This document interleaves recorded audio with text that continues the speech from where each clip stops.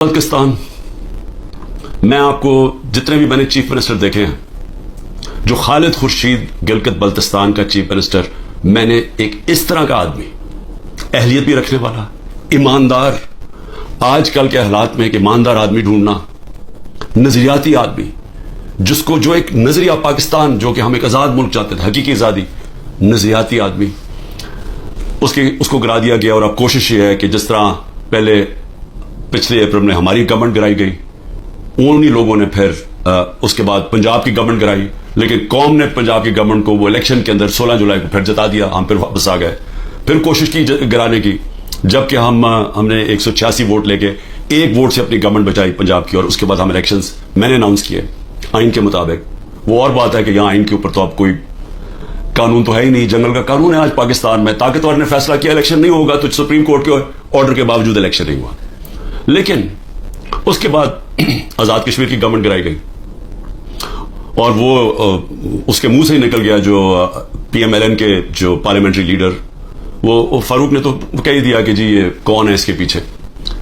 اور اب گلگت بلتستان کی باری آ گئی تھی کہ بس وہاں تحریک انصاف کی حکومت کسی طرح گرائی جائے، لیکن نقصان کس کو ہوگا اگر یہ گرا دیں؟ اور وہ بھی اب پوری کوشش ہے کہ وہ پیسہ پوسا چلے گا، ڈرائیں گے، دھمکائیں گے، اٹھا کے لے جائیں گے، کیونکہ دیکھیں جب آپ ایک معاشرے سے جب اخلاقیات ہی ختم ہو جائے، جب مورل ویلیوز ختم ہو جائیں، جب انصاف ہی ختم ہو جائے، تو پھر آپ کچھ بھی کر سکتے ہیں، جو طاقتور ہے پھر وہ جو مرضی چاہے کرے، تو وہ اس کو جنگل کا قانون کہتے ہیں۔ تو میرے پاکستانیوں، میں یہ بار بار کیوں آپ کو لیکچر دیتا ہوں؟ کیونکہ مجھے خوف ہے اپنے ملک کا، میں خوف زدہ ہوں کہ ہم اب وہ جس طرف لے کے جا رہے ہیں ہمیں، وہاں تو آگے اندھیرا ہی اندھیرا ہے، اور ایک بڑی خواب ہے پاکستان، ہے ابھی بھی ہے، جس کے نام پہ یہ جب یہ جو ملک بنا تھا، یہ بہت بڑی سوچ تھی اس کے پیچھے، علامہ اقبال جیسا ذہن تھا، جنہوں نے تصور دیا تھا، خواب دکھائی تھی ہمیں، اور پھر قائد اعظم جیسے لیڈر تھے۔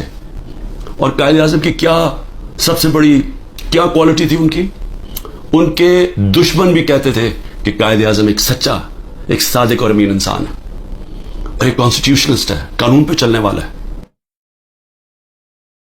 کو آج وہاں کھڑا کر دیا ہے کہ یہاں نہ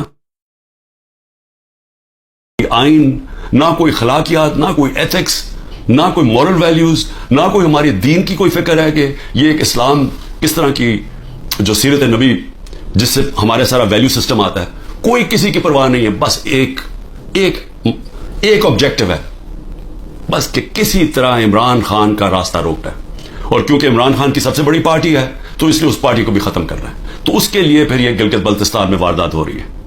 اور یہ اتنا بڑا ظلم اس لیے میں کہہ رہا ہوں کیونکہ میرے خیال میں خالد خورشید جو چیف منسٹر، میں یہ سمجھتا ہوں کہ یہ جو گلگت بلتستان کے لیے کر سکتے تھے، ابھی تک میں نے کوئی اور اس کی قابلیت کا انسان گلگت بلتستان میں تو نہیں، میں سمجھتا ہوں کہ کہیں بھی پاکستان میں چیف منسٹر ہوتے، یہ آؤٹ اسٹینڈنگ انسان ہے۔ دوسری چیز کہ دیکھیں، میں اپنی قوم کو یہ کہنا چاہتا ہوں کہ دیکھیں قومیں چلتی کس چیز پہ ہیں؟ ایک انسانی معاشرہ، پھر سے میں آپ کو بتاتا ہوں، جانوروں اور انسانی معاشرے میں فرق ہی ایک چیز ہے، انصاف۔ کیوں اتنا ہمارے دین میں انصاف کے اوپر زور دے؟ کیوں اللہ نے انصاف کہا ہے؟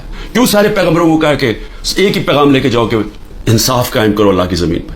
سارے پیغمبروں کو کیوں نبی صلی اللہ علیہ وسلم نے کہا کہ میری بیٹی بھی اگر جرم کرے گی اس کو سزا ملے گی؟ قانون کے اوپر کوئی نہیں ہے۔ کیسے حضرت علی رضی اللہ تعالیٰ، ایک قاضی ان کے خلاف فیصلہ کر دیتا ہے، یہودی شہری کے لیے فیصلہ کر دیتا ان کے خلاف، کہ وہ سوچیں وہ کیا انصاف کے پیمانے تھے۔ حضرت عمر اپنے بیٹے کو سزا دے دیتے ہیں، اس کو کوڑے مرواتے ہیں، سزا دلواتے ہیں اس کو، کیونکہ قانون توڑتا ہے۔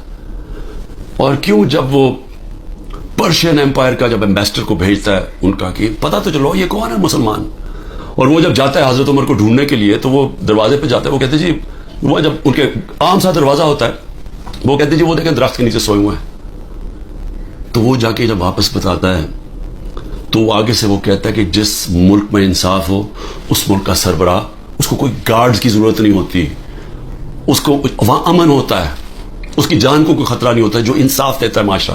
اسی پہ چرچل، وسٹن چرچل جب تباہ ہو رہا تھا برطانیہ، ہٹلر کی فورسز کھڑی ہوئی تھی بارڈر فرانس میں، تو وہ جب لوگ پوچھتے کہ ہم بچ جائیں گے، اس نے کہا عدالتیں انصاف دے رہی ہیں تو ہم بچ جائیں گے۔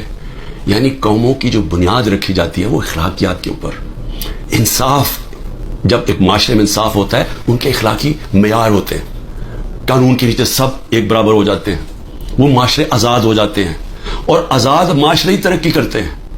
آپ کیوں اللہ نے جو اپنی آزادی کے لیے جو اپنی جان دیتا ہے, کیوں اللہ نے اسے شہادت کا رتبہ دیا ہے؟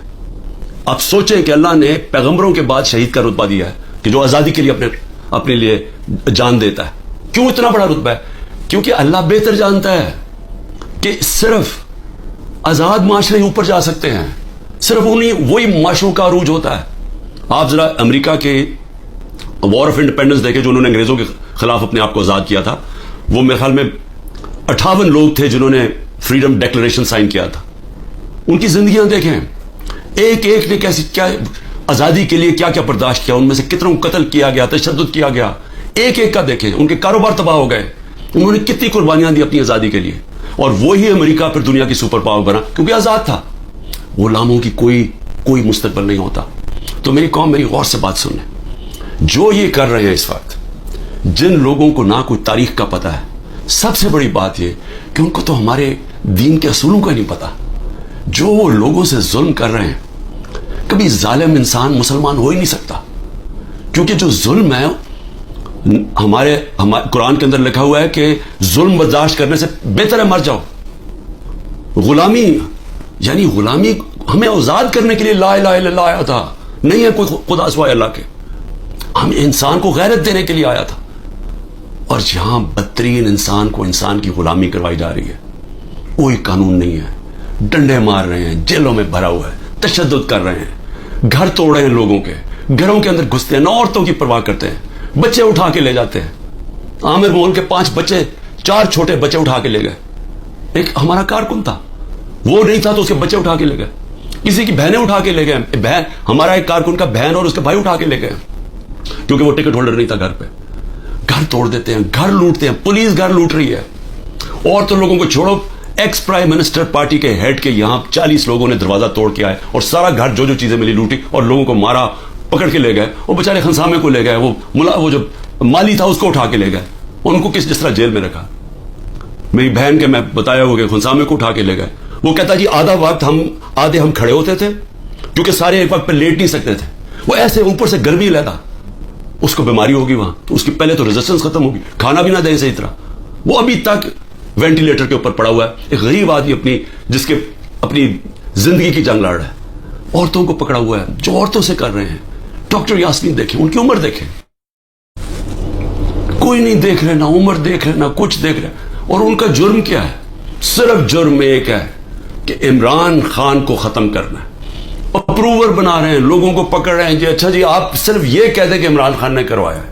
اعظم خان کو اٹھا کے لے گئے, پرنسپل سیکرٹری کو اٹھا کے لے گئے, پتہ نہیں کہ 3 ہفتے سے وہ غائب ہے.